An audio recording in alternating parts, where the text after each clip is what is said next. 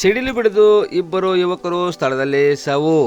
ಗುಡುಗು ಮಿಂಚು ಬಿರುಗಾಳಿಯೊಂದಿಗೆ ಸುರಿದ ಮಳೆಯಲ್ಲಿ ಸಿಡಿಲು ಬಿಡಿದು ಇಬ್ಬರು ಯುವಕರು ಸ್ಥಳದಲ್ಲೇ ಮೃತಪಟ್ಟ ಘಟನೆ ಬೀದರ್ ಜಿಲ್ಲೆಯ ಬಾಲ್ಕಿ ತಾಲೂಕಿನ ನಾವದಗಿ ಗ್ರಾಮದಲ್ಲಿ ಗುರುವಾರ ರಾತ್ರಿ 8 ಗಂಟೆ ಸುಮಾರಿಗೆ ಜರುಗಿದೆ.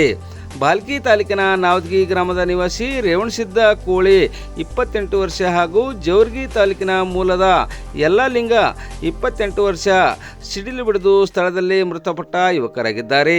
ರೇವಣಸಿದ್ದ ಹಾಗೂ ಯಲ್ಲಲಿಂಗ ಇಬ್ಬರು ಸಹಪಾಠಿ ಸ್ನೇಹಿತರಾಗಿದ್ದು ಕಲಬುರಗಿಯಲ್ಲಿ ಒಂದೇ ಕಡೆ ಅಭ್ಯಾಸ ಮಾಡುತ್ತಿದ್ದರು.